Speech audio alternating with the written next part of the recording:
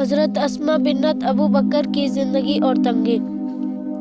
حضرت اسماء بنت ابی بکر حضرت ابو بکر کی بیٹی اور عبداللہ بن زبیر کی والدہ اور حضرت عائشہ کی سوتیلی بہن مشہور صحابیات میں سے ہیں۔ شروع ہی میں مسلمان ہو گئی تھی۔ کہتے ہیں کہ 17 آدمیوں کے بعد یہ مسلمان ہوئی تھی۔ ہجرت سے 27 سال پہلے پیدا ہوئی، اور جب حضور اقدس صلی اللہ علیہ وسلم اور حضرت ابو بکر ہجرت کے بعد مدینہ طیبہ پہنچ گئے تو حضرت زید وغیرہ کو بھیجا کہ ان دونوں حضرات کے اہل عیال کو لے آئیں۔ ان کے ساتھ ہی حضرت اسماء بھی چلی آئیں۔ جب قباء میں پہنچی تو عبداللہ بن زبیر پیدا ہوئے، اور ہجرت کے بعد سب سے پہلی پیدائش ان کی ہوئی۔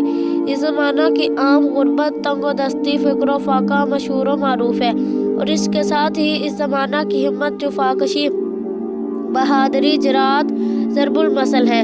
بخاری میں حضرت اسماء کا طرز زندگی خود ان کی زبان سے نقل کیا ہے۔ فرماتی ہیں کہ جب میرا نکاح زبیر سے ہوا تو ان کے پاس نہ مال تھا، نہ جائیداد، نہ کوئی خادم کام کرنے والا، نہ کوئی اور چیز۔ ایک اونٹ پانی لاد کر لانے والا اور ایک گھوڑا میں ہی اونٹ کے لیے گھاس وغیرہ لاتی تھی، اور کھجور کی گٹھلیاں کوٹ کر دانہ کے طور پر کھلاتی تھی۔ خود میں پانی بھر کر لاتی، اور پانی کا ڈول پھٹ جاتا تو اس کو آپ ہی سیدتی تھی، اور خود ہی گھوڑے کی ساری خدمت، گھاس دانہ وغیرہ کرتی تھی، اور گھر کا سارا کاروبار بھی انجام دیتی تھی۔ مگر ان سب کاموں میں گھوڑے کی خبر گیری اور خدمت میرے لیے زیادہ مشقت کی چیز تھی۔ روٹی البتہ مجھے اچھی طرح پکانا نہیں آتی تھی، تو میں آٹا گوندھ کر اپنے پڑوسن کی انصار عورتوں کے یہاں لے جاتی۔ وہ بڑی سچی مخلص عورتیں تھیں، میری روٹی بھی پکا دیتی تھی۔ حضور اقدس صلی اللہ علیہ وسلم نے مدینہ پہنچے پر زبیر کو ایک زمین جاگیر کے طور پر دے دی، جو 2 میل کے قریب تھی۔ میں وہاں سے اپنے سر پر کھجور کی گٹھلیاں لاد کر لایا کرتی تھی۔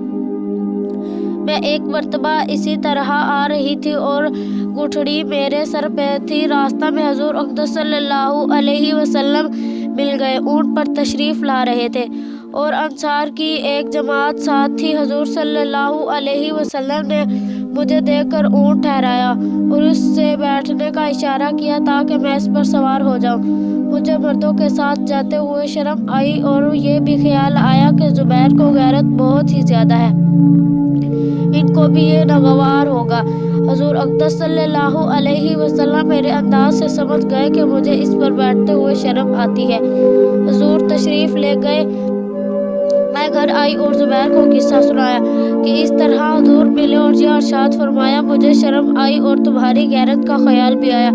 زبیر نے کہا کہ خدا کی قسم، تمہارا گٹھلیاں سر پر رکھ کر لانا میرے لیے اس سے بہت زیادہ گرا ہے، مگر مجبوری یہ تھی کہ یہ حضرات خود تو زیادہ تر جہاد میں اور دین کے دوسرے امور میں مشغول رہتے تھے، اس لیے گھر کے کاروبار عام طور پر عورتوں ہی کو کرنا پڑتے تھے۔ اس کے بعد میرے باپ حضرت ابو بکر نے ایک خادم جو حضور صلی اللہ علیہ وسلم نے ان کو دیا تھا میرے پاس بھیج دیا، جس کی وجہ سے گھوڑے کی خدمت سے مجھے خلاصی ملی۔ گویا بڑی قید سے میں آزاد ہو گئی۔